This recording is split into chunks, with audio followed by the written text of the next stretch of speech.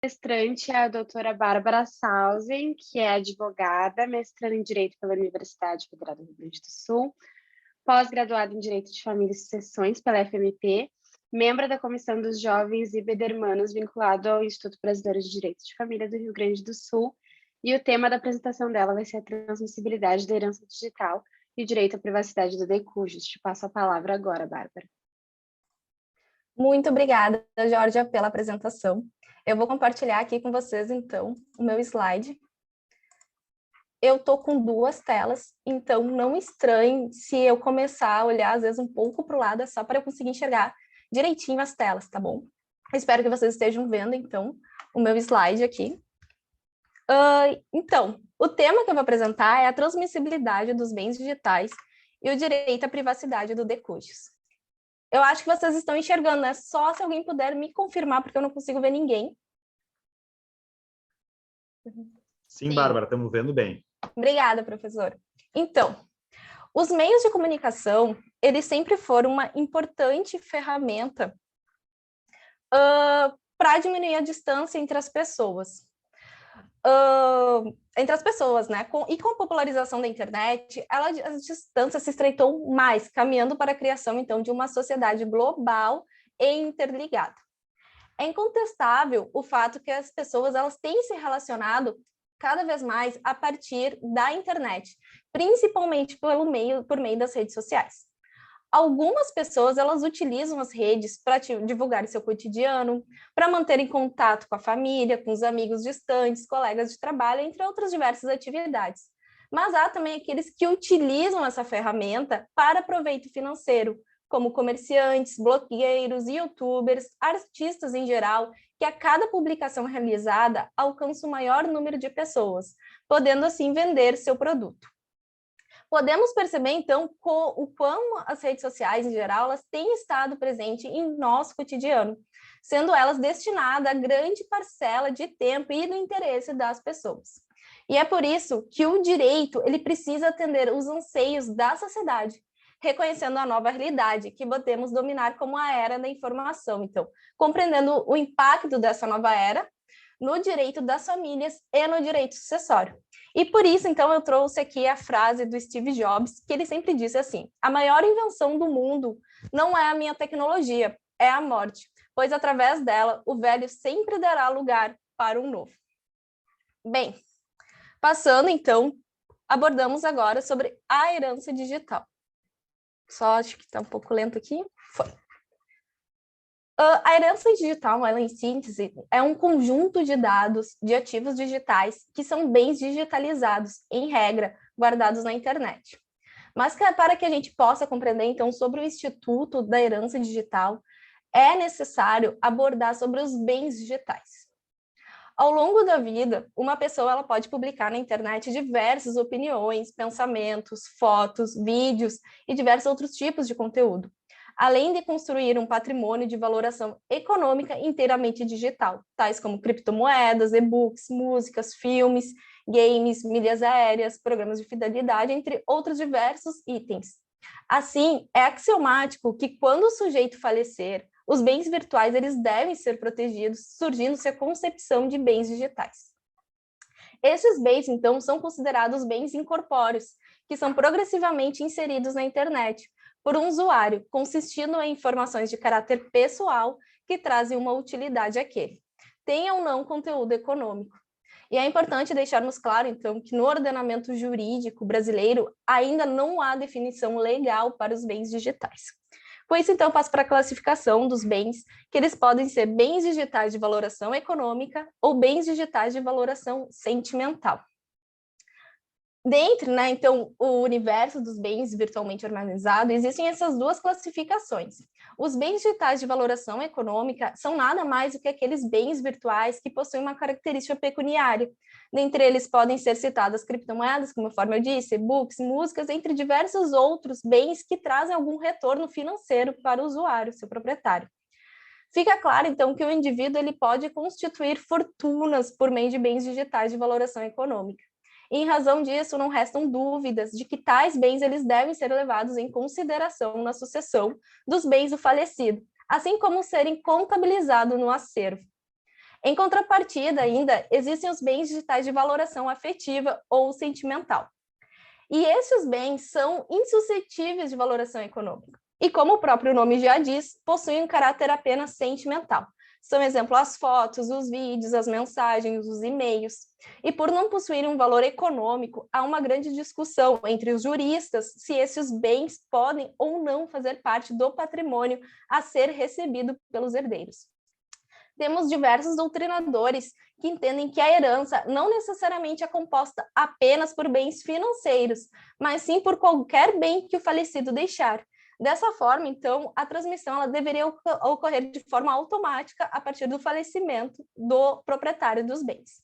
No entanto, há aqueles que defendem a tese de que os bens digitais de valor afetivo, eles não englobam o patrimônio a ser recebido pelos herdeiros, e defendem essa tese geralmente com base no direito à privacidade do falecido.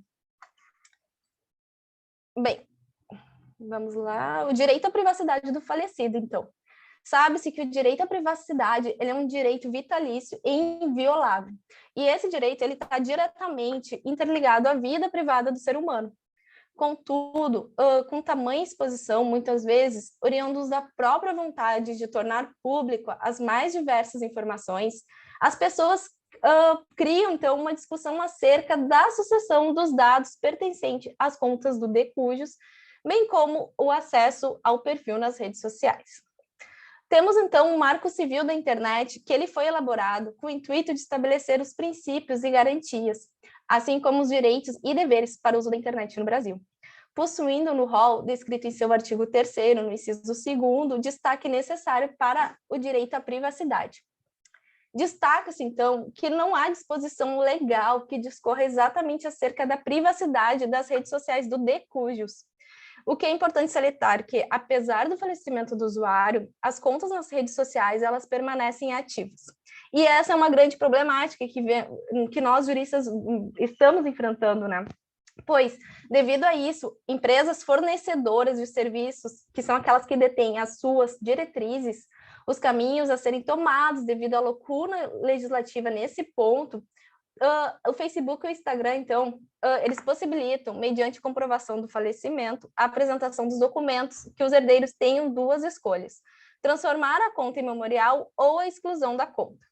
Então, decidindo-se pela exclusão e sim pela forma, decidindo-se não pela exclusão, mas pela forma de homenagem do decujus, uma série de características são inseridas, como a exclusão da expressão em memória, exibida ao lado do nome da pessoa em seu perfil, sendo permitido, então, que amigos compartilhem lembranças na linha do tempo, e o conteúdo outrora compartilhado, ele permanece visível para o público ao qual foram compartilhados, porém, ninguém pode entrar na conta.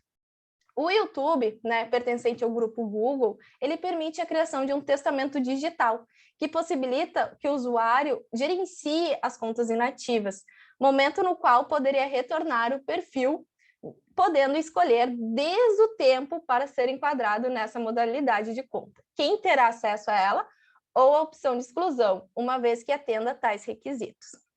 A lacuna jurídica, então, gerada, ela possibilita que as redes sociais delimitem os caminhos, né, que incidirão sobre as contas do decujus, cerceando, inclusive, a moderação de tais perfis por intermédio de seus sucessores, e impedindo até mesmo a exclusão das mensagens de ódio, né, que possam vir a existir no memorial.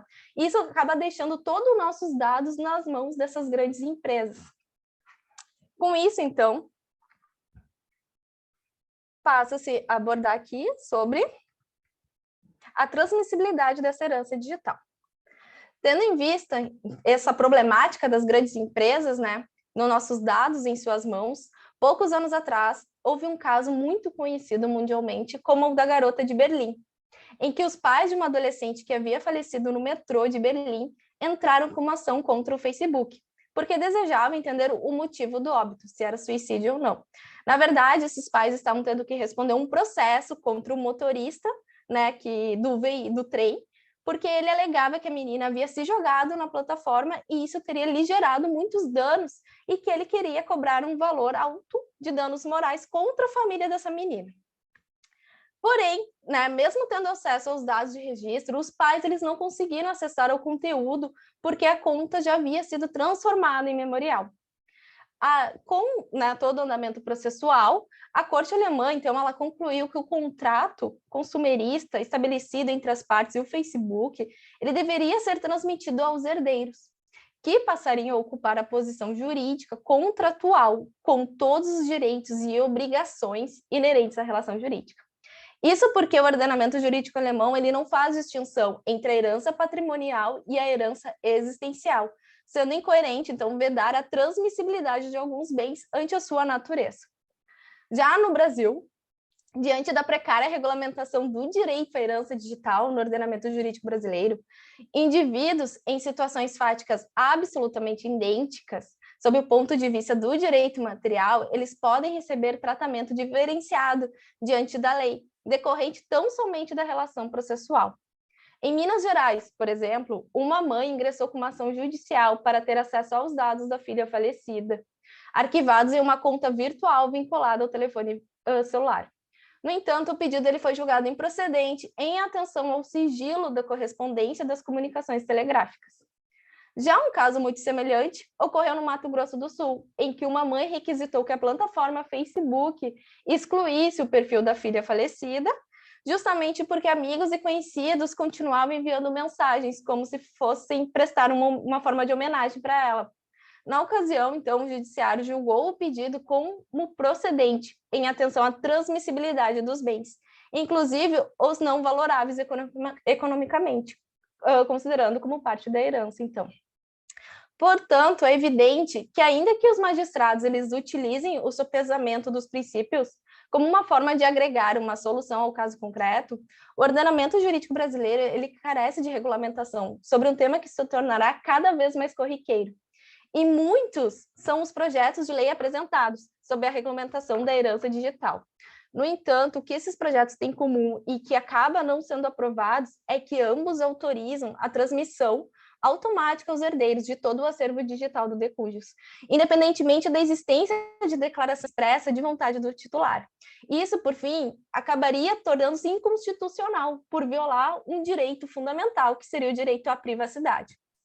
Então, com isso, com essa falta de regulamentação acerca da herança digital, é bem provável que grande parte das decisões jurídicas elas venham a seguir o entendimento da Corte Alemã, sendo possível a transmissão da herança digital aos herdeiros diante do princípio da Sois-Ine, sem distinguir os bens digitais de valor econômico ou afetivo.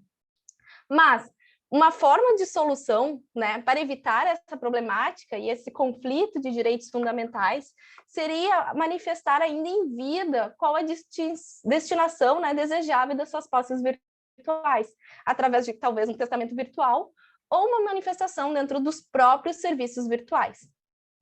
Outra solução, né, que podemos ter como uma tendência mundial que vem sendo utilizada é a adoção do sistema Debt Trust, que ele permite ao cliente designar uma pessoa ou uma empresa para o acesso de arquivos e para o gerenciamento de dados em caso de óbito ou de severa incapacidade, consistindo, então, na consolidação do processo de conhecimento e de anuência como elementar para o livre desenvolvimento da personalidade e para a fruição, então, dos direitos humanos e fundamentais, inclusive no direito do âmbito digital.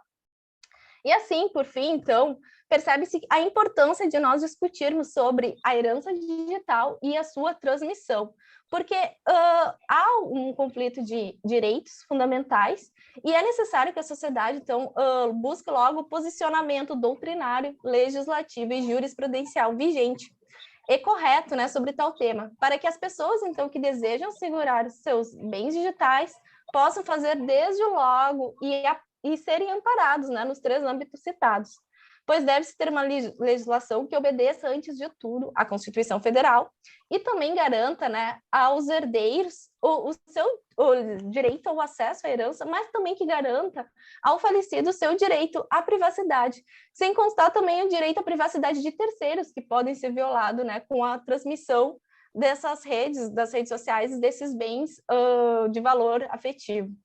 Então, pessoal, por hoje é isso, e eu agradeço, né, a colaboração de todos e a participação desse congresso. Muito obrigada.